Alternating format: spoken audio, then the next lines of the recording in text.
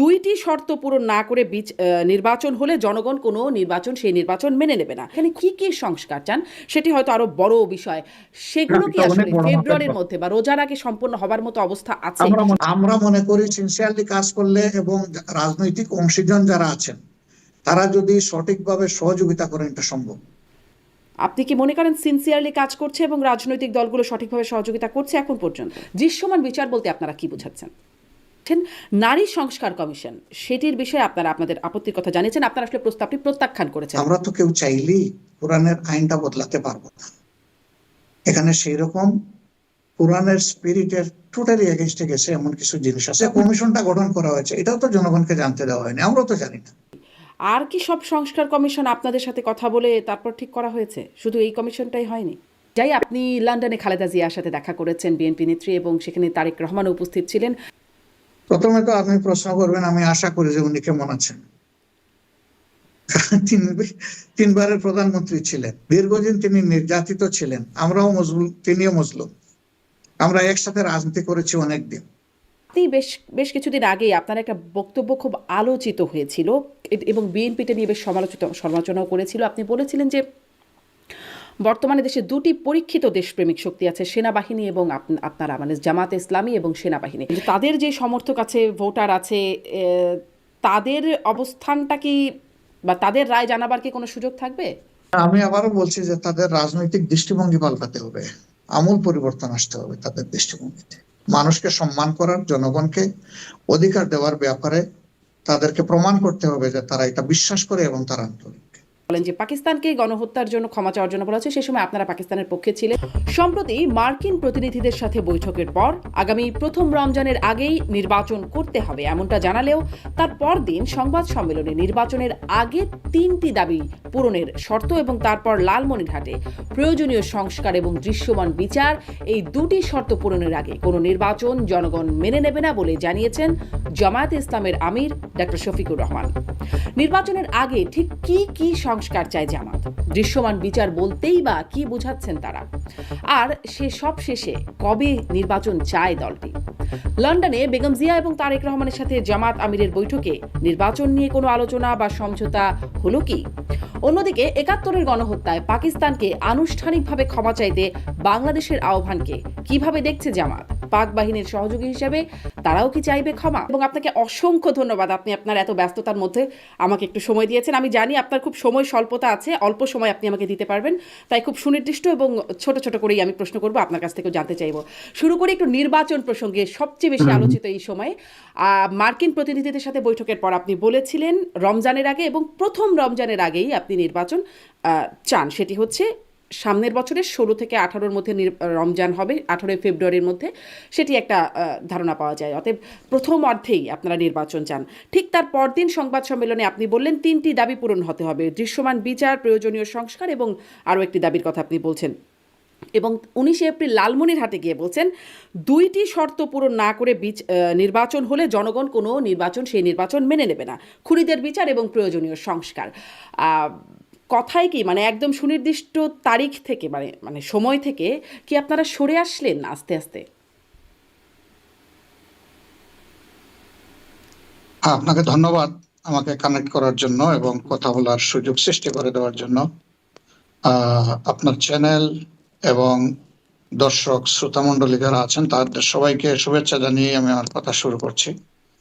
আপনি সুনির্দিষ্টভাবে জানতে চেয়েছেন যে আসন্ন জাতীয় সংসদ নির্বাচনটা কখন হবে।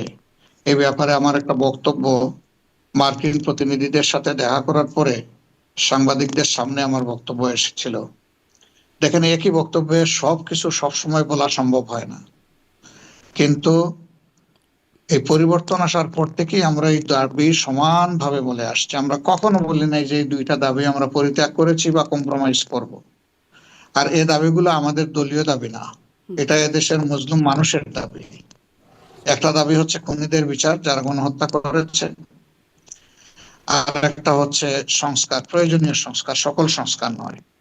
সংস্কারের ব্যাপারে আমাদের 41 দফা প্রস্তাবনা আছে, কিন্তু এই সরকারের জন্য এটা না। এই সরকারের জন্য মাত্র 5-6টা, এর বেশি না। আমরা এর মধ্যেই সীমাবদ্ধ রেখেছি যেটা হলে আমরা মনে করি যে নির্বাচনের একটা সমতল মাঠ তৈরি হবে এবং সকলেই স্বস্তির সাথে নির্বাচন অংশগ্রহণ করবে। প্রার্থীরা তাদের ভোটারদের কাছে স্বস্তির সাথে যেতে পারবে, ভোটাররা তাদের পছন্দের প্রার্থী এবং দলকে তারা ভোট দিতে পারবে। জি, মাননীয় আমির, আপনি কি একটু মানে আমাদেরকে সেই ৫-৬টা সংস্কারের কথা বলবেন? মানে আমরা একটু না, স্পষ্ট সেটা আমি বলবো। তো আমরা বলেছি যে এইটুকু না হলে কোনো সুষ্ঠু নির্বাচন হওয়া সম্ভব নয়। এমনকি আমি একসময় এটাও বলেছি যে বর্তমান অবস্থায় যদি নির্বাচন হয় এটা আগের চেয়েও খারাপ হওয়ার আশঙ্কা থাকতে পারে। সুতরাং it will be another genocide of the election. আমরা ইলেকশনের কোনো জেনোসাইড আমরা চাই না। আমরা চাই যে নির্বাচনটা সুষ্ঠুভাবে হোক এবং নির্বাচনে অংশীজনেরা যারা আছেন, অংশীজন দুই দিকে, একদিকে প্রার্থী বা দল আর একদিকে হচ্ছে ভোটার, এই সকলে যেন স্বস্তির সাথে তাদের ভোটিং রাইট প্রয়োগ করতে পারে। এটা শুধু আমাদের কথা না, এ ব্যাপারে গোটা জাতীয় ঐক্যবদ্ধ সকল দলেরও একটা কথা যে সংস্কার হতে হবে। এখন এই সংস্কারের জন্য সময় কতটুকু লাগবে, ইলেকশন কখন হতে পারে, এটা নিয়ে কথা। আমাদের প্রধান উপদেষ্টা ৩-৪ মাস ধরেই তিনি বলে আসছেন যে নির্বাচনের সম্ভাব্য তারিখ হচ্ছে ডিসেম্বর ২৫ সাল থেকে জুন ২৬ সাল, এর ভিতরে নির্বাচন অনুষ্ঠিত হবে। আমাদেরকে আপনার মতো সাংবাদিকেরা বিভিন্ন সময় প্রশ্ন করেছেন যে এটা এই সময়টাকে আপনারা কেমন মনে করেন। আমরা বলছি এটাকে যৌক্তিক সময় মনে করি। আমাদের স্পষ্ট দাবি হচ্ছে যে প্রধান উপদেষ্টা তিনি যেটা বলেছেন, বারবার বলছেন, এটা আমি মনে করি যে তিনি বুঝে শুনেই বলছেন এবং এতে তার আন্তরিকতাও আছে বলে আমি মনে করি। আমরা এখন শুধু দেখতে চাই যে তার দেওয়া সময়সীমার ভিতরে তিনি নির্বাচনটা অনুষ্ঠানের, সুষ্ঠু নির্বাচন অনুষ্ঠানের যাবতীয় পদক্ষেপ নেবেন। এখন এই সুষ্ঠু নির্বাচনের জন্য অনেকের অনেক শর্ত থাকতে পারে। আমাদের শর্ত হচ্ছে 5টা সংস্কার লাগবে। নির্বাচন কমিশনের কিছু সংস্কার আছে, বিচার বিভাগের কিছু সংস্কার আছে, আইন প্রয়োগকারী সংস্থার কিছু সংস্কার আছে, সিভিল প্রশাসনেও কিছু সংস্কারের ব্যাপার আছে, দুদকের কিছু সংস্কারের ব্যাপার আছে। এই প্রয়োজনীয় সংস্কারগুলা করে যদি নির্বাচনে যাওয়া যায় তাহলে নির্বাচনটা অর্থবহ হবে এবং জনগণের মতের প্রতিফলন ঘটবে। মানে এই কিছু সংস্কারগুলো কি আপনারা সুনির্দিষ্ট করেছেন যে কিছু সংস্কার বলতে কি কি সংস্কার? এই যে বললাম, আমাদের তো 41 দফা, এখানে তো মাত্র 5টা বললাম। মানে 5টা সেক্টরের সংস্কারের কথা বলছেন আপনি। সেই 5টা সেক্টরের ঠিক কি কি সংস্কার হতেই হবে? হ্যাঁ, এই সংস্কারগুলো হতেই হবে। এছাড়াও আরো অনেক গুরুত্বপূর্ণ সংস্কার আছে, সেগুলা পর্যায়ক্রমে হবে এবং একটা নির্বাচিত সরকার আসার পরে তারাই দায়িত্ব পালন করবে। এই 5টা সংবিধান সংস্কার, সংবিধান সংস্কারটা গুরুত্বপূর্ণ এখানে। তো এই সংস্কারগুলো হওয়ার পরে আমরা চাই যে নির্বাচনের দিকে আগাক। আর বিচারের ব্যাপারে এই দাবি সকলের, যে যারা গণহত্যা করেছে তাদের বিচার অবশ্যই হতে হবে এবং সেই বিচারটা দৃশ্যমান ভাবে গ্রহণযোগ্য হতে হবে। তা আমরা এর অপেক্ষায় আছি। এখন যদি এই সংস্কার এবং বিচারের দৃশ্যমান প্রক্রিয়া জনগণের কাছে আস্থা সৃষ্টির মতো হয় এবং সমতল মাঠ তৈরির জন্য হয়, তাহলে এটা ডিসেম্বরে হতে পারে, এটা জুনেও হতে পারে। আমরা কেন ফেব্রুয়ারির কথা বললাম? আমরা কেন রমজানের আগে বললাম? আমরা রমজানের আগে কেন বলেছি ওই দিনই ব্যাখ্যা দিছি, পরে আবার বিস্তারিত ব্যাখ্যা দিয়ে বলেছি যে রমজান মাস থাকবে ফেব্রুয়ারির 18 তারিখ থেকে শুরু করে ধরেন মার্চের 18 তারিখ বা 20 তারিখ, যেহেতু ফেব্রুয়ারি মাস 28 দিনে। এরপরে আসবে এপ্রিল মাস। এপ্রিল মাসে আমাদের দেশে সাধারণত কিছুটা হলেও ঝড়ঝাপটা শুরু হয়ে যায়, প্রাকৃতিক আবহাওয়া খারাপের দিকে যায়। এরপরে রমজানের পরে এই ঝড়ঝাপটা, তারপরে আসতেছে আবার কুরবানির ঈদ এবং হজের মৌসুম, আবার 2টা পাবলিক পরীক্ষা এর মধ্যে পড়বে। এরপরে বর্ষার নানান প্রেক্ষিতেই আপনি বলছেন, কিন্তু আমার যে প্রশ্ন, কারণে নির্বাচনটা ফেব্রুয়ারি হতে হলে ভালো হয়। আপনি বাস্তবতার কথাটা বলছেন, কিন্তু এই আপনি কি মনে করেন যে এই সংস্কারগুলোর কথা বলছেন, যদিও সেই কিছু সংস্কারগুলো যে কি, মানে আমি সেক্টরগুলো বুঝলাম যে কোন কোন জায়গায় আপনার সংস্কার চান, কিন্তু সেখানে কি কি সংস্কার চান সেটি হয়তো আরো বড় বিষয়। সেগুলো কি আসলে ফেব্রুয়ারির মধ্যে বা রোজার আগে সম্পূর্ণ হবার মতো অবস্থা আছে? কারণ এই 8 মাস 8.5 মাসে কি সংস্কারটা হলো? আমরা মনে করি সিনসিয়ারলি কাজ করলে এবং রাজনৈতিক অংশীজন যারা আছেন তারা যদি সঠিকভাবে সহযোগিতা করেন এটা সম্ভব। আমরা এটাকে অসম্ভব মনে করি না। আপনি কি মনে করেন সিনসিয়ারলি কাজ করছে এবং রাজনৈতিক দলগুলো সঠিকভাবে সহযোগিতা করছে এখন পর্যন্ত? আমরা বলতেছি করা উচিত। হ্যাঁ। আমরা এখন এই ব্যাপারে কোনো মন্তব্য করব না, আমরা বলতেছি করা উচিত। এ দায় শুধু সরকারকে দিলে হবে না, এ দায় আমাদেরও আছে। দায় সবাইকে ভাগাভাগি করে নিতে হবে, যার পোর্শনে যে দায়টুকু আছে এটা আমাদেরকে পূরণ করতে হবে। মানে করা উচিত, কিন্তু করা হচ্ছে কিনা সে বিষয়ে আপনি মন্তব্য করছেন না। যদি চলছে, না হয় তাহলে সামনের নির্বাচন প্রক্রিয়া আবার চলমান, ডায়ালগ চলমান। হ্যাঁ, আবার সন্দেহের মুখে পড়ে কিনা। বিচার, দৃশ্যমান বিচার বলতে আপনারা কি বোঝেন? কারণ একটা বিষয়, একটা মাত্র মামলার পূর্ণাঙ্গ তদন্ত প্রতিবেদন শুধুমাত্র জমা দিতে পেরেছে এতদিনে। একটি মাত্র মামলার, তাও তদন্ত প্রতিবেদন, এখনো অনেক দেরি বিচারের জায়গাটা, মানে সাধারণ প্রক্রিয়া যদি আমরা চিন্তা করি। দৃশ্যমান বিচার বলতে আপনারা কি বোঝাচ্ছেন? আমরা দৃশ্যমান বিচার বলতে আমরা দেখতে চাই যে মেইন পারপিট্রেটর যারা যারা প্রধান প্রধান অপরাধী, তাদেরকে বিচারের আওতায়, প্রক্রিয়ার আওতায় আনা হয়েছে। ট্রায়াল শুরু হয়েছে এবং ট্রায়াল তার স্বাভাবিক গতিতে চলছে। যদি এর মধ্যে রায় হয়, ওয়েল, যদি রায় না হয় মানুষ বিশ্বাস করবে যে রায় হবে, এবং বিচার একবার শুরু হয়ে গেলে এটা কেউ থামাইতে পারবে না। আপনি বলেছেন যে একটা মাত্র ঘটনার তদন্ত প্রতিবেদন জমা হয়েছে। জমা যখন হওয়া শুরু হবে তখন দেখবেন যে অনেকগুলো একটার পর একটা আসবে, এটাই স্বাভাবিক। কারণ এই মামলাগুলা গুরুতর অপরাধের মামলা, সেই মামলায় যেন তেন ভাবে বিচার হোক, এটাও আমরা চাই না। আমরা চাই যে বিচারটা নিখুঁতভাবে হোক, পারফেক্টলি হোক, ন্যায় বিচার প্রতিষ্ঠিত হোক। এতে যার যে শাস্তি পাওয়ার সে পাবে। কেউ কয়টি যদি মুক্তি মামলার পেয়ে যায়, ট্রায়াল শুরু হলে আপনার মনে হবে? কারণ মামলা তো আসলে অনেক হয়েছে।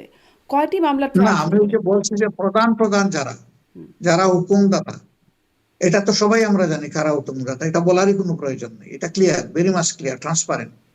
তাদের মামলার যখন দৃশ্যমান অগ্রগতি জনগণ দেখতে পারবে, তখন আস্থা সৃষ্টি হবে যে ন্যায় বিচার হবে এবং ক্ষতিগ্রস্তরা ন্যায় বিচার পাবে। জি, মানে ট্রায়াল শুরু হলে আপনি মনে করবেন যে দৃশ্যমান একটা অগ্রগতি এর হয়েছে মাঝে বা বিচার বিচারের হচ্ছে। রায় হলে হবে, হ্যাঁ। তারা চেষ্টা করবেন, তাদের করা উচিত। জি। দরকার হয় ট্রাইব্যুনালে বেঞ্চ আরো বাড়াইতে হবে। আর যদি যেমন মানে বিচারের বিষয়টা তো আদালতের উপরে, সেটিতে আসলে খুব সময় নির্ধারণও করে দেওয়া যায় না। যদি ফেব্রুয়ারির মধ্যে বা সামনের জুনের মধ্যেও ঠিক এই অগ্রগতিতে যাওয়া না যায়, তখন আপনারা কি করবেন? তখনকার সময় বলে দিবে যে আমরা কি করব সবাই মিলে। আচ্ছা। ঠিক মানে এখনই আমরা এটার ব্যাপারে নিরাশ হতে চাচ্ছি না, আমরা আশাবাদী থেকেই দেখতে চাচ্ছি। জি। তার মানে এখনো অস্পষ্টতা রয়ে যাচ্ছে আসলে নির্বাচনের সময়সীমাটা কেমন বা সময়কালটা কখন হতে পারে সেই বিষয়ে। আপনারা সংস্কারের প্রসঙ্গেও অনেক প্রস্তাবনা দিচ্ছেন এবং আপনাদের মতামতও জানাচ্ছেন। নারী সংস্কার কমিশন, সেটির বিষয়ে আপনারা আপনাদের আপত্তির কথা জানিয়েছেন। আপনারা আসলে প্রস্তাবটি প্রত্যাখ্যান করেছেন। আমরা দেখেছি হেফাজত ইসলাম প্রত্যাখ্যান করেছে এবং বাতিলের দাবি করেছে, পুরো কমিশনটি বাতিলের দাবি করেছে। আপনারা কেন প্রত্যাখ্যান করছেন? আমরা করছি এখানে সুস্পষ্টভাবে আমাদের গঠনতন্ত্রে বর্তমানে যে প্রভিশনটা আছে এটার বাইরে গিয়ে অনেক কিছু এখানে নিয়ে আসা হয়েছে। প্লাস আমরা তো কেউ চাইলেই কোরআনের আইনটা বদলাতে পারবো না। এখানে সেই রকম কোরআনের স্পিরিটের টোটালি এগেনস্টে গেছে এমন কিছু জিনিস আছে। আপনি জানেন, একজন সচেতন মানুষ হিসেবে এগুলো বলার দরকার নেই। ইতিমধ্যে পত্রপত্রিকায় বিষয়গুলো আপত্তি কোন কোন জায়গায় সবার পক্ষ থেকে, বিভিন্ন জনের পক্ষ থেকে এটা এসে গেছে। এই সমস্ত কারণে আমাদের আপত্তি। অবভিয়াসলি আমরা মনে করি যে এই ধরনের একটা সুপারিশ এই সময় জাতিকে অস্থির করবে। জি। অস্থির করবে এই কারণে কোরআনিক যেটা আইন তো যুগ যুগ বাংলাদেশে ধরে চলছে কি? হ্যাঁ, যুগ যুগ ধরে চলে আসছে এটা। হঠাৎ করে এই সিস্টেমের এগেনস্টে দাঁড়িয়ে এবং কোরআনের কিছু নির্দেশনার বাইরে গিয়ে যখন এটা করা হবে, তখন যারা এটাকে মানবে না তারা তো আপত্তি জানাবেই। তো হঠাৎ করে এটা আনার দরকারটা কি ছিল? এটা তো এখন এই সময়ের জন্য ম্যান্ডেটরি কিছু না। এটা পরবর্তী নির্বাচিত গভর্নমেন্ট কিছু করবে। তারপরে যে কমিশনটা গঠন করা হয়েছে এটাও তো জনগণকে জানতে দেওয়া হয়নি, আমরাও তো জানি না। আমাদেরকেও তো আমাদের মতামত চাওয়া হয়নি যে আমরা এই সংক্রান্ত একটা কমিশন গঠন করতে চাচ্ছি, আপনাদের কোনো মতামত থাকলে দেন। সেটাও তো আমরা জানি না। এখন এই যে কয়েকজন মানুষ, তারা তো গোটা নারী জাতির প্রতিনিধিত্ব করেন না। তারা তাদের জায়গা থেকে হয়তো বা তাদের চিন্তা আদর্শের প্রতিনিধিত্ব করেন। তো এখানে তো এই সুযোগও জনগণ পায়নি যে তারা যে প্রতিনিধিত্ব করার জন্য কিছু নাম প্রস্তাবনা দিবে, সেটাও তো সুযোগ ছিল না। এটার প্রক্রিয়াটাই হয়ে গেছে ডিফেক্টিভ। জি। আর কি সব সংস্কার কমিশন আপনাদের সাথে কথা বলে তারপর ঠিক করা হয়েছে? শুধু এই কমিশনটাই হয়নি? এটা এটা খুব কমই বলতে পারেন যে কমিশন গুলা গঠন করার সময় আসলে রাজনৈতিক অংশীজনের সাথে ওনারা তো এখন মতামত চাইবেন, কিন্তু মতামত চাওয়ার আগে তো এখানে ফরমেশনে আমাদের একটা পার্টিসিপেশন যদি সবার থাকতো তাহলে আজকে অনেক কথাই ঘটতো না। মানে যাদের নিয়ে গঠিত হয়েছে সেখানেই আপনাদের একটা আপত্তির জায়গা আছে। একটু সুনির্দিষ্ট করে অন্তত একটা একটা শুধু সুপারিশ, যাদের নিয়ে না, যাদের নিয়ে ছাড়াও যে সুপারিশ মালা এসেছে সেখানেও আমাদের আপত্তি আছে। একটা সুনির্দিষ্ট একটা বা দুটা বলবেন যে আপনাদের আপত্তির জায়গা কি? আপনি দেখে নিন, এগুলা ইতিমধ্যে আমাদের লেখালেখিতে এসে গেছে, পরিষ্কার হয়ে গেছে। আপনি আমাদের ওয়েবসাইটে গেলেও পাবেন, আমাদের ফেসবুক পেজে গেলেও পাবেন। জি। আমি আর আমি কথা আপনার এখানে ফেসবুক লম্বা পেজ করতে থেকেই চাচ্ছি না। দেখছিলাম যে আপনি বলেছেন যে আপনি এটা প্রত্যাখ্যান করছেন, আপনি বিস্মিত হচ্ছেন এই ধরনের সুপারিশে। আপনি আচ্ছা, দলের ফেসবুক পেজে একটু চলে গেলে পেয়ে যাবেন, যে আমাদের ওটা ভেরিফাইড ফেসবুক পেজ, তো ওখানে গেলেই পেয়ে যাবেন। আচ্ছা। আম, ঠিক আছে, আমি তাহলে পরের প্রশ্নে যাই। আপনি লন্ডনে খালেদা জিয়ার সাথে দেখা করেছেন, বিএনপি নেত্রী, এবং সেখানে তারেক রহমানও উপস্থিত ছিলেন। আপনি বলেছেন যে সেখানে তার সাথে সৌজন্য সাক্ষাৎ মানে তার স্বাস্থ্যের খোঁজখবর নিতে গিয়েছিলেন, রাজনৈতিক আলাপও হয়েইছে। নির্বাচন নিয়ে কি কোনো আলোচনা হয়েছে? নির্বাচনে কোনো সমঝোতা বা এরকম কোনো বিষয় কি আলোচনা এসেছে আপনাদের?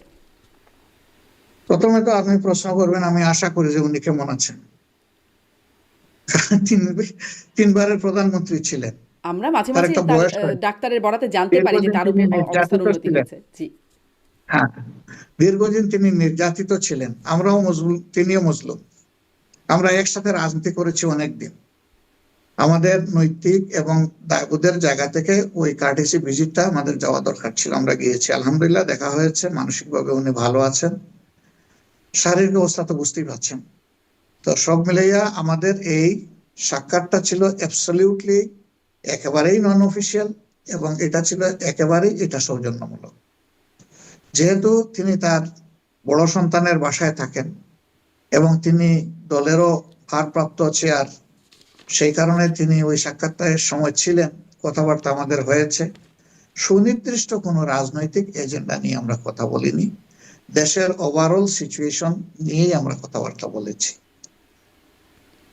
জি, ওভারঅল সিচুয়েশন নিয়ে কথা বলেছেন। কিন্তু মানে একটা বিষয় আলোচনা, যে যখন আলোচনা হচ্ছে তখন তার পরপর বা আলোচনার আগে পরে খুব আপনাদের কারো কাছ থেকেই, মানে বিএনপির কাছ থেকেও বা জামাতের পক্ষ থেকেও খুব স্পষ্ট হয় নাই। একজন সাবেক বেগম জিয়ার একজন সাবেক কর্মকর্তার ফেসবুক থেকে আমরা জানতে পেরেছি যে বৈঠক হচ্ছে। একটা রাগ ঢাকের কি কোনো কারণ ছিল বিশেষ? এবং না, মোটেই না। মোটেই না। না, এটা আপনি যখন যেহেতু যেদিন আমাদের কোনো বেগম জিয়া অফিসিয়াল যেদিন ভিজিট লন্ডনে ছিল যান, না, এই জন্য এটা মিডিয়ায় আসার কোনো বিষয় না। আচ্ছা, বেগম এটা জিয়া তো কোনো যেদিন অফিসিয়াল লন্ডনে যান ভিজিট। সেদিন আপনি প্রধান উপদেষ্টার সাথে একটা বৈঠক করেছেন। সেই বৈঠকটা সম্পর্কে আমরা খোলাসা হতে খুব বেশি পারিনি, এবং তখন বিএনপি নেতা কর্মীরা আমাদের অনুষ্ঠানগুলোতে এসে বলেছেন যে বর্তমান সরকারের সাথে জামাতে ইসলামের মাখামাখি কেন এত, এই প্রশ্নটাও করেছেন। সেখানেও কি কোনো মানে বিশেষ কিছু হয়েছিল? যারা মাখামাখি বলেছেন তাদেরকে একটু জিজ্ঞেস করেন যে মাখামাখির ধরন কি, মাখামাখি কাকে বলে, কি কি মাখামাখি হয়েছে, সুনির্দিষ্ট করে যদি ওনারা বলতে পারেন আমরা বড় কৃতজ্ঞ হব। আমরা কারো সাথেই মাখামাখি করি না, দেখা দেখি করি। এবং এই সমাজে দেখা দেখি না করলে তো সমাজ একটা মানে জড়বস্তু হয়ে যাবে। আর তিনি যেহেতু প্রধান উপদেষ্টা, রাষ্ট্রের অনেক বিষয় থাকবে, জনগণের স্বার্থের অনেক ব্যাপার থাকবে, সেই বিষয়গুলো তার সাথে আমাদের শেয়ার হবে, এটাই তো স্বাভাবিক। এখানে মাখামাখি দেখছেন কেন? তো অন্যরা গেলে আমরা কি বলবো যে তাদেরও মাখামাখি? আমাদের চেয়ে তো অন্যরা বেশি যান, কেউ কেউ বেশি যান, তো আমরা বলবো যে এত মাখামাখি? আমরা তো এই ধরনের অরুচিকর ভাষায় কখনো কথা বলি না। জি। সবশেষ প্রধান উপদেষ্টার সাথে আপনাদের কি বিষয় নিয়ে কথা হয়েছে? সবশেষ প্রধান উপদেষ্টার সাথে আমাদের সুনির্দিষ্ট কোনো বিষয় নিয়ে কথা হয়নি। দেশের আইন শৃঙ্খলা পরিস্থিতি একসময় কিছুটা নিচের দিকে গেছিল, পরিকল্পিতভাবেই কিছু কাজ হয়তো বা হয়েছে। আমরা শুধু ওনাকে বলেছি যে দুটা জিনিসের উপর এখন আপনাকে বেশি নজর দিতে হবে, একটা আইন শৃঙ্খলা আর একটা হচ্ছে দ্রব্যমূল্য। এই দুইটা বিষয়ে মানুষ সাফারার। তো আলহামদুলিল্লাহ রমজানে তো একটা সহনীয় অবস্থা ছিল, সবকিছু মিলে। দ্রব্যমূল্য সিজনাল ভেরিয়েশন আমাদের দেশে হয়, কিছু হবে, কখনো উঠে কখনো নামে। আর আইন শৃঙ্খলা পরিস্থিতি ওভারঅল খুব খারাপ বলা যাবে না, আবার একেবারেই প্রত্যাশিত লেভেলে আছে এটাও বলা যাবে না। জি, রমজানের পরে অবশ্য দ্রব্যমূল্য বাড়ার অভিযোগ আবার উঠছে। যাই হোক, একটু ওই জায়গায় আসি যে মার্কিন প্রতিনিধিদের সাথে বৈঠকের পর মানে আপনি আইন শৃঙ্খলার কথা বলছেন, প্রশাসনের কথাও একটু আলোচনায় আনি যে এনসিপি নেতা নাহিদ ইসলাম তিনি বলছেন প্রশাসন বিএনপির প্রতি পক্ষপাতদুষ্ট এবং এই প্রশাসনের থাকলে মানে গ্রহণযোগ্য নির্বাচন সম্ভব না, তাতে এনসিপি অংশ নেবে কিনা সেটা নিয়ে একটা প্রশ্নের কথা তিনি তুলেছেন। আপনি মানে এই বিষয়ে আপনার কি মত? আসলে প্রশাসন কি বিএনপির প্রতি পক্ষপাতদুষ্ট, যেটি নাহিদ ইসলাম অভিযোগ করছেন? নাহিদ তো নাহিদের অবজারভেশনের জায়গা থেকে কথা বলেছেন, তিনি একটা দলের নেতৃত্ব দিচ্ছেন, তিনি যেভাবে বুঝেন সেভাবেই তিনি বলবেন। আমরাও যদি কোনো সময় এরকম কিছু দেখি আমরা বলবো, কিন্তু নাহিদের কথার প্রতিধ্বনি এই মুহূর্তে আমরা করতে চাচ্ছি না। আচ্ছা, তার মানে প্রশাসন বিএনপির প্রতি পক্ষপাতদুষ্ট আপনারা এই রকমটা মনে করেন? না না না, আমরা এখন এই ব্যাপারে কিছু বলতে চাচ্ছি না। আচ্ছা, আচ্ছা ঠিক আছে, আপনি এই বিষয়ে তার এই বক্তব্যের ব্যাপারে আমার নো কমেন্ট। তার বক্তব্যটা যদি বাদ দেই, যদি বক্তব্যের ইস্যুটাকে যদি আমি ধরি যে প্রশাসনের বিএনপির প্রতি পক্ষপাতিত্ব আছে কিনা। আমি বিএনপি বলার আগে তো যাবো আরো গুড়ায়। 15.5 বছরে আওয়ামী লীগ যে প্রশাসন সাজিয়েছিল, বহুলাংশে তারাই তো প্রশাসনে এখনো আছে। কাজে এই বিষয়টা নিয়ে কোনো মন্তব্য করতে হলে আমাদেরকে সবকিছু সামনে এনেই মন্তব্য করতে হবে। মূলে গুড়াই তো সমস্যা রয়ে গেছে অনেকগুলো, এবং এটা শুধু আমার কথা না, এটা সবাই বলে, বিএনপি বলে, আমরা বলি, এনসিপি বলে, সবাই তো এই কথাটা বলে।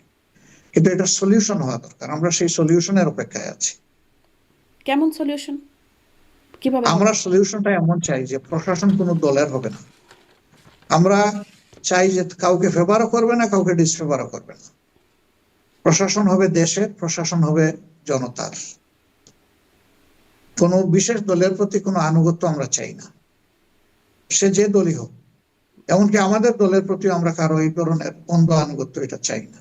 এরকম কোন আনুগত্য প্রশাসনের আপনারা পরিচয় দেখছেন? আছে এরকম আনুগত্য বর্তমানে? জি বর্তমানে কি এরকম কোন দলের প্রতি আনুগত্য আছে প্রশাসন? না না, আমি আমার দলের দৃষ্টিভঙ্গির কথা বলতেছি। আমি ওই বিতর্কে যাচ্ছি না যে আমরা দেখছি কি দেখছি না। সমাজে অনেক অসঙ্গতি থাকে, কিন্তু সবগুলা তো আর মিডিয়া আমরা তুলে আনবো না।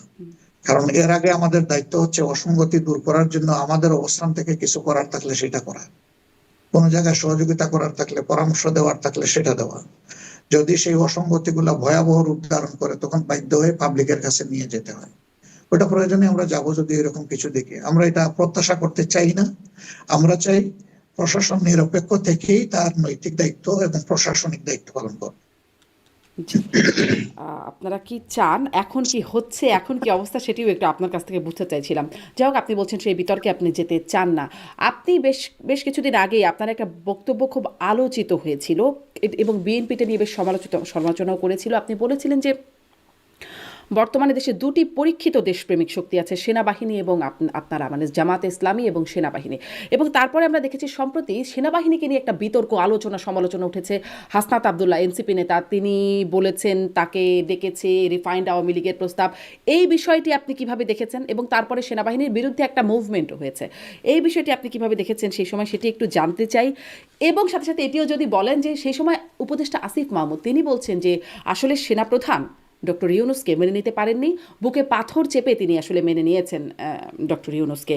আপনিও সেই সময়টায় মানে সেই প্রক্রিয়াটার মধ্যে ছিলেন, বিষয়টি আসলে কেমন ছিল এই দুটি যদি একটু বলেন আমাদের। না, এই দুইটার ব্যাপারে তাদের কারো মন্তব্যের ব্যাপারে আমি কোনো মন্তব্য করবো না। আমি শুধু আমার বক্তব্যের ব্যাপারে মন্তব্য করতে পারি বা ক্লিয়ার করতে পারি। বক্তব্য যার যার, মন্তব্য তার তার, এ ব্যাপারে আমার কোনো কথা নেই। তবে হাসনাত আবদুল্লাহ যখন এই বিষয়ে দিলেন যে আওয়ামী পুনর্বাসনের একটা প্রসঙ্গ এখানে এসেছে আলোচনায়, তখন আমরা আমাদের একটা মত আমার ফেসবুক টাইমলাইনে গেলে আপনি পেয়ে যাবেন। আমি পরিষ্কার বলেছি যে এটার কোনো অবকাশ নেই। জনগণ ইতিমধ্যেই জনগণের মুখোমুখি হওয়ার কারণে এবং গণহত্যা সংগঠনের কারণে এই সংগঠনের বিচার দেখতে চায়, অন্য কিছু দেখতে চায় না। তারা এখানে পুনর্বাসনের কোনো সুযোগ নেই। বিচার সম্পন্ন হওয়ার আগে এই ব্যাপারে কোনো ফয়সালা হবে। আচ্ছা, আর উপদেষ্টা, কারণ এখনো শহীদের আপনজনরা কান্নাকাটি করছে, আহতরা এখনো কাতরাচ্ছে, গোটা জাতি ট্রমাটাইজড, গোটা জাতি আহত, আক্রান্ত। এই অবস্থায় এটা তো অকল্পনীয় ব্যাপার, 1 নম্বর। 2 নম্বর হলো দলটি বাংলাদেশের স্বাধীনতার পর তাদের ইতিহাসে কখনো তারা বহুদলীয় রাজনীতি এবং বহুদলীয় সংস্কৃতির নির্বাচনকে উৎসাহিত করে নাই।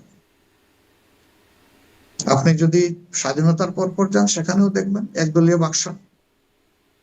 যদি 15.5 বছরের শাসন দেখেন সেখানেও দেখবেন ওই বাকশালের আদলেই একদলীয় শাসন, এবং সেখানে বিরোধী দলমতের জন্য মিনিমাম কোনো স্পেস দেওয়া হয়। মিনিমাম স্পেস না দিয়েই মার কাট অবস্থায় তারা দেশ চালিয়েছে। তারা তো কোনো নির্বাচন করেন নাই, 3টা সুযোগ পেয়েছিলেন, কেন করলেন না? এটাকে অবাধ করলেন না কেন? 18 সালে তো তিনি বলেছিলেন আমার উপরে আস্থা রাখেন, আমি অমুকের কন্যা, নির্বাচন সুষ্ঠু হবে, অবাধ হবে। তো হলোটা কি? 30 ডিসেম্বর দিনের বেলা ইলেকশন হওয়ার কথা, 29 ডিসেম্বর দিবাগত রাত্রে ইলেকশন শেষ। তারা দিন পর্যন্ত ধৈর্যও ধরেন নাই। তো কই, তিনি তো জাতিকে দেওয়া শেষ কথাটাও তো রাখেননি তো।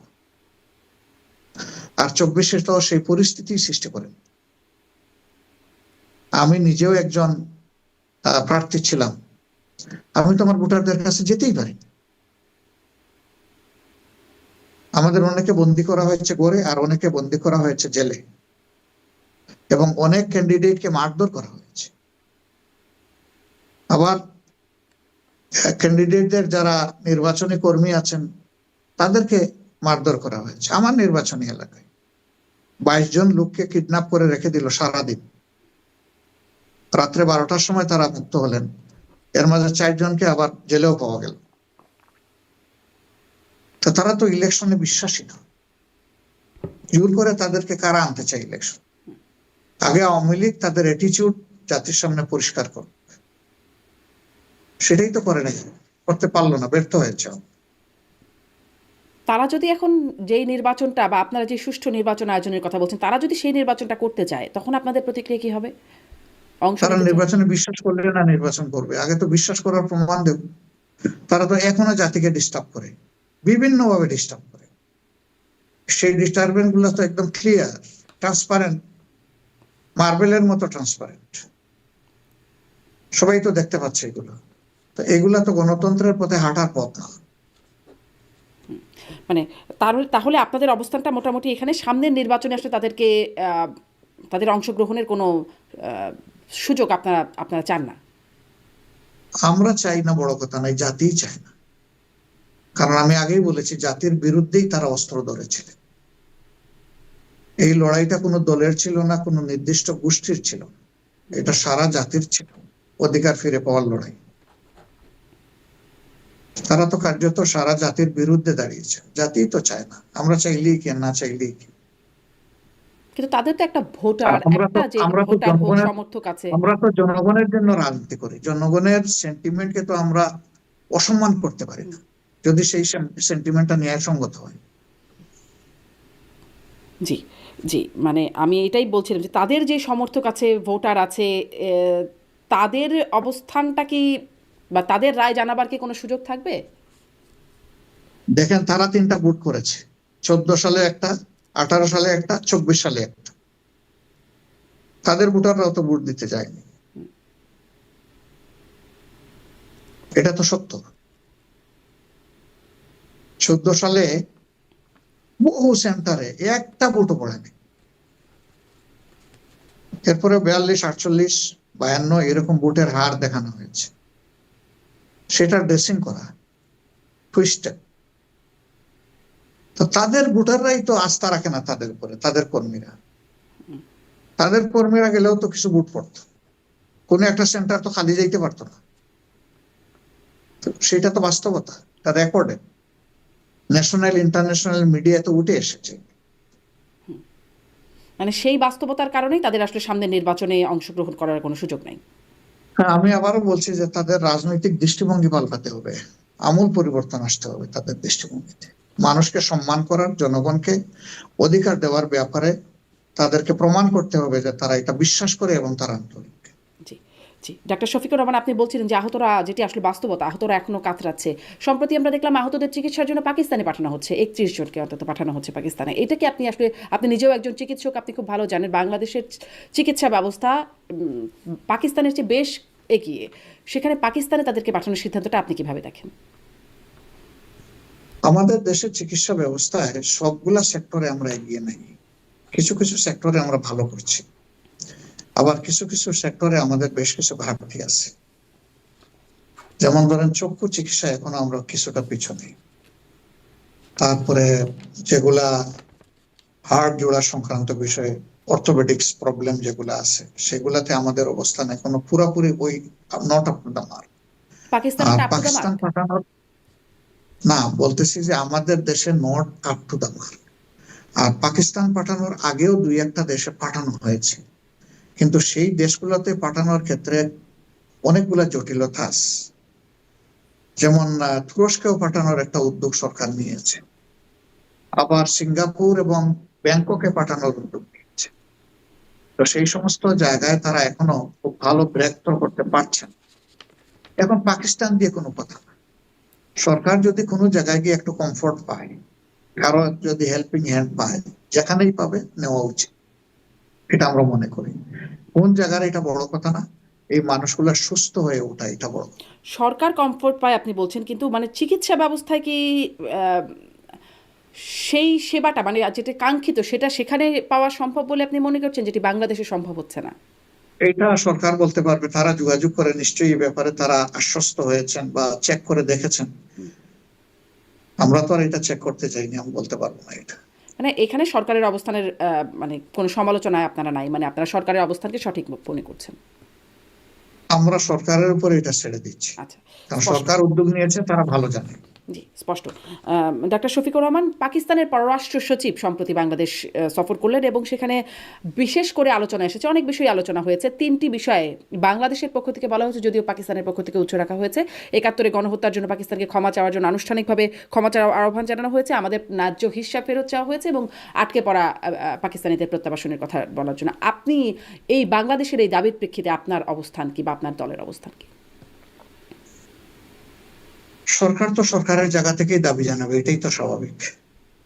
দুইটা সরকারের মধ্যে বাইলেটারাল টক হয়েছে, এটা কিছুটা মধ্যম পর্যায়ের একটা ডেলিগেশন, এটা মন্ত্রী পর্যায়ের না, সচিব পর্যায়ের।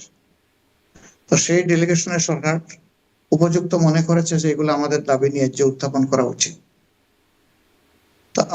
71-এর ব্যাপারে, এই ব্যাপারটা তো বহু দীর্ঘ ব্যাপার, এখানে অনেক কথা। 71-এ এই দেশে যে গণহত্যা হয়েছে এই ব্যাপারে কারো কোনো সন্দেহ নেই। অনেকে সংখ্যা নিয়ে বিতর্ক করেন, আমরা এটাতেও যার পক্ষপাতী না। একজন মানুষও যদি অন্যায়ভাবে নিহত হয় সেটা অন্যায়, সেটা অপরাধ। তা এগুলার বিচার হওয়া দরকার ছিল। শেখ মুজিবুর রহমান সাহেব নিজেই তার জীবদ্দশায় 195 জনকে যুদ্ধ অপরাধীর তালিকায় চূড়ান্ত করেছিলেন। তারা সকলেই পাকিস্তানের নাগরিক ছিলেন এবং তার সেনাবাহিনীর লোক ছিলেন।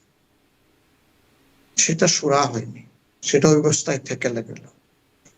এরা তাদের দেশে চলে যাওয়ার পরে শেখ মুজিব সাহেবই তৎকালীন পাকিস্তানের প্রধানমন্ত্রী ভুট্টো সাহেবকে বাংলাদেশে তিনি রিসিভ করেছেন, ওয়েলকাম করেছেন, লাল গালিচা সম্বর্ধনাও দিয়েছেন। এবং সেখানে অতীত ভুলে যাওয়ার মতো কিছু কথাবার্তা বলা হয়েছে, আমরা সামনে এগিয়ে যাই, অতীতকে পিছনে ফেলে। এখন বাংলাদেশ এটা চাওয়ার তাদের নৈতিক অধিকার আছে, তাদেরকে এই ব্যাপারে ক্ষমা চাইতে হবে। আর যেহেতু আমরা দুই দেশ এক ছিলাম, ন্যায্য পাওনা আমাদের ফেরত পাওয়া উচিত। আমি এর সাথে আরেকটা যোগ করতে চাই, পাকিস্তানের কাছ থেকেও আমাদের ন্যায্য পাওনা ফেরত পাওয়া উচিত, ভারতের কাছ থেকেও আমাদের ন্যায্য পাওনা ফেরত পাওয়া উচিত। আপনি বলবেন যে ভারতের কাছে আবার ন্যায্য পাওনা কি, আমরা তো ভারতের সাথে এক দেশ ছিলাম না। Yes, true. কিন্তু স্বাধীনতার শেষ লগ্নে 93,000 সেনাবাহিনীর যে সামরিক যানবাহন, সমরাস্ত্র, গোলাবারুদ, রসদ, সবগুলো যে ভারতে গেল, ভারত তো কিছু আমাদের ফেরত দেয়নি। এগুলো তো আমাদের দেশের সম্পদ ছিল। সেটাও সরকার কিভাবে দাবি করবে না করবে, সরকারের এগুলো ভাবা উচিত। এবং আমাদের পাওনা যার কাছেই যেটা আছে ন্যায্য পাওনা আমরা চাইতে অসুবিধা নেই, দাবি করতে আদায় করতে সমস্যা নেই, যতটুকু পারি আমাদের চেষ্টা করা উচিত। মানে ভারতের কাছেও আমাদের পাওনা যেটা আছে সেটা চাওয়া উচিত বলে আপনি মনে অবশ্যই। করেন? ভারতের অবশ্যই আছে। ভারতের প্রসঙ্গে একটু আপনার কাছে ছোট্ট করে জানবো, তবে একদম ছোট্ট করে যদি আপনি একটু বলেন যে পাকিস্তানকে গণহত্যার জন্য ক্ষমা চাওয়ার জন্য বলা হচ্ছে, সেই সময় আপনারা পাকিস্তানের পক্ষে ছিলেন, মানে জামাত ইসলামের কথা বলছি, পাকিস্তানের পক্ষে ছিল এবং সহযোগিতা বা সমর্থন করার জায়গায় ছিল। আপনারাও কি দল হিসেবে ভাবছেন এই বিষয়টি, আনুষ্ঠানিকভাবে কোনো প্রতিক্রিয়া দেওয়ার কথা? হ্যাঁ, অনেক টক শোতে, ইন্টারভিউতে আমি কথাগুলা অতীতে বারবার পরিষ্কার করেছি আমাদের অবস্থান। আজকে নতুন করে আর বলার কিছু নেই, আপনার সাথে হয়েছে এই কথাগুলো, হুম, আপনি স্মরণ করলে পেয়ে যাবেন। জি। সুতরাং নতুন করে এই ব্যাপারে আমার আর কিছু বলার নেই। মানে আনুষ্ঠানিকভাবে নতুন কিছু কিছু বলার ভাবছেন কিনা থাকলে, সেটি আমার জিজ্ঞাসা ছিল। যাই হোক, নতুন কিছু বলার থাকলে আপনারা সময় মতো পাবেন, স্পষ্ট দেখবেন। স্পষ্ট যে আপনারা নতুন কিছু এখনো নেই, নতুন কিছু জানার থাকলে জানবো। ভারতের কথাটি যেটি বলছিলেন সেটি একটু কি বলবেন? ভারতেরও কি আপনাদেরকে নিয়ে, মানে জামাতে ইসলামীকে নিয়ে কোনো আপত্তির জায়গা তৈরি হয়েছে? সম্প্রতি বিবিসি বাংলার একটা প্রতিবেদন দেখছিলাম যে রিভা দাস গাঙ্গুলি, তিনি মানে ভারতের বাংলাদেশে নিযুক্ত সাবেক হাই কমিশনার, তিনি বলছেন যে বিএনপির সঙ্গে দূরত্ব বাড়ছে জামাতের, ফলে বিএনপির সাথে ভারতের সুসম্পর্ক করার একটা জায়গা তৈরি হয়েছে। এবং সেই প্রতিবেদনের শেষে দেখছিলাম ভারতের কর্মকর্তা ও নীতি নির্ধারকরা এখনও একান্ত আলোচনায় পরিষ্কারই বলছেন আগামী দিনে বিএনপির সাথে তাদের যে কোনো সম্পর্কের ক্ষেত্রে অন্যতম প্রধান শর্ত হবে জামাতের প্রত্যক্ষ পরোক্ষ সঙ্গ ত্যাগ। আপনাদের সাথে ভারতের সম্পর্কের কি কোনো সমস্যা বা আমি খুব আন্তরিকভাবে অনুরোধ জানাবো, ভারতকে বলিয়েন যে কেন তারা আমাদের সাথে অস্বস্তি বোধ করে, এটা তারা যেন পরিষ্কার করে বলে দেয়। আমরা তাদেরকে আমাদের প্রতিবেশী হিসাবে দেখতে চাই এবং আমরা পরস্পরকে সম্মান এবং ভালোবাসার জায়গা থেকে দেখতে চাই। এবং তারা কেন অস্বস্তি ফিল করে, এটা একটু তাদের কাছ থেকে জানলে ভালো হবে। আমি তো বলতে পারবো না তাদের মনে কি অস্বস্তি আছে, জি, তাদের মনের কথা তো তারাই বলতে পারবে। আর এইরকম একটা দলকে টার্গেট করে আরেকটা দল থেকে, দুই দলের মধ্যে ব্যবধান হয়েছে কি হয়েছে না আমি বিতর্কে যাচ্ছি না। আমাদের মধ্যে বিতর্ক যদি ব্যবধান হয়েও যায়, এটাকে ধরে কি ভারতের সম্পর্ক হবে নাকি? ভারতের সম্পর্ক কি দলের সাথে হবে? ভারতের সরকার সম্পর্ক হবে সরকারের সাথে সরকারের, এবং জনগণের সাথে জনগণের। জি, তারা তো আগেও দলের সাথে সম্পর্ক করে আমাদের দেশের অনেক বিষয় হস্তক্ষেপ করেছেন। ভবিষ্যতেও কোনো দলের সাথে সম্পর্ক করে তারা আবার আমাদের আভ্যন্তরীণ ব্যাপারে হস্তক্ষেপ করুন, আমরা এটা পছন্দ করি না। আমরাও তাদের কোনো আভ্যন্তরীণ ব্যাপারে হস্তক্ষেপ করতে চাই না। জি, জি। যেই দলের সাথে দূরত্বের কথা আপনি বলছেন সেটাও কি একটু একদম ছোট্ট, আমি আর একদম একটা দুটা প্রশ্ন করবো, আপনার সময় খুব সংক্ষিপ্ত, আমি জানি আপনার শরীরটাও ভালো না, একদম একটু যদি বলেন যে বিএনপির সাথে কি আসলে এই দূরত্বের জায়গাটা তৈরি হয়েছে, সেটা কি ঘুচে যাচ্ছে আপনাদের বৈঠকের পরে, এরকম মোটেই জায়গায় না, কি গেছে? মোটেই না, মোটেই না। বিশ্বে বহু দেশে গণতান্ত্রিক অনুশীলন হচ্ছে যে বিভিন্ন সময় জাতির দেশের বৃহত্তর প্রয়োজনে অনেক দল একসাথে কাজ করে, অ্যালায়েন্স করে, আন্ডারস্ট্যান্ডিং হয়, যুগপৎ কর্মসূচি বাস্তবায়ন করে, অনেক কিছু হয়। কিন্তু এটা চিরদিনের জন্য না। প্রত্যেকটা দলের তার দেশকে গড়ার তার নিজস্ব একটা কর্মসূচি থাকে, পরিকল্পনা থাকে, দৃষ্টিভঙ্গি থাকে। একটা সময় হয়তো একসাথে চলে, আবার একটা সময় দেখা যায় যে পৃথক হয়ে যায়। সেটা বিভিন্ন দেশে এই সংস্কৃতি চালু আছে। জি, আপনি সম্প্রতি একটা আয়োজনে বলেছিলেন যে এখন আল্লাহর বিধানের শাসন কায়েম করা খুবই প্রয়োজন, মানে আল্লাহর আইন সবই তো দেখেছি, এখন আল্লাহর আইন দেখতে চাই। একটু এইখানে একটু স্পষ্ট হতে চাই যে মানে সব যারা ইসলামিক বক্তা আছেন সবাই আল্লাহর আইনের কথা রেফারেন্সেই কথা বলেন। মানে হেফাজত, আমি যদি বলি হেফাজত ইসলাম আল্লাহর আইনের কথা বলছেন, আপনারা বলছেন, এমনকি হিজবুত তাহরির বিভিন্ন উগ্রবাদী সংগঠন তারাও আল্লাহর আইনের কথাই বলছেন। আমরা আসলে কোথায় স্পষ্ট হব? ইসলামী বক্তা কেউ কেউ বলছেন মাহরাম ছাড়া যদি নারীরা বের হয় সেখানে ধর্ষণ হলে দায় তাদেরও আছে, তারাও আল্লাহর আইনের রেফারেন্স দিয়ে বলছেন। ইসলামিক ফাউন্ডেশনের গভর্নর বলছেন কতল করতে হবে, যদি দাওয়াতে কাজ না হয় পিডানি দিতে হবে, এরকমটি বলছেন। তিনিও মানে রেফারেন্স, কোরআনের রেফারেন্স দিয়ে বলছেন, হাদিসের উদ্ধৃতি করছেন, মানে এরকম বলছেন। আমরা আসলে বিভ্রান্ত হব না? আল্লাহর আইন তো আমাদের অবস্থান স্পষ্ট, আমাদের অবস্থান একেবারেই স্পষ্ট। আমার বা অন্য কারো বক্তব্যের মাধ্যমে ইসলামী আইনের দিক নির্দেশনা হবে না। এটা আল্লাহ যে বিধান কোরআনে দিয়েছেন এবং মোহাম্মদ সাল্লাল্লাহু আলাইহি সাল্লাম মদিনা কেন্দ্রিক যে দুনিয়ার সর্বযুগের সর্বশ্রেষ্ঠ শাসন ব্যবস্থা গড়ে তুলেছিলেন, আমরা ওইটার কথাই বলছি। আর বাইরে গিয়ে কেউ কি বললেন না বললেন এটা আমাদের প্রপার্টি না। আমাদের কথা একবারে পরিষ্কার, আমরা শান্তিপূর্ণভাবে নিয়মতান্ত্রিকভাবে এই পরিবর্তনগুলো চাই এবং আমরা মনে করি যে দেশের বৃহত্তর জনগণ এই ব্যাপারে এগিয়ে আসবে। তারা যেদিন এগিয়ে এসে আমাদের কর্মসূচিকে গ্রহণ করবে এবং তারা এটা বুঝবে যে এর মধ্যেই কল্যাণ রয়েছে, আমরা তখনই কেবল এই ধরনের একটা শাসন আশা করতে পারি। জি, আসলে তো বুঝছে না, আসলে দেখা যাচ্ছে এক একজন এক একদিকে বলছে, আল্লাহর আইনের কথা বলেই এক একজন এক একদিকে যারা বলছে। বলছে তাদের ব্যাপার, এটা তারা বলুক।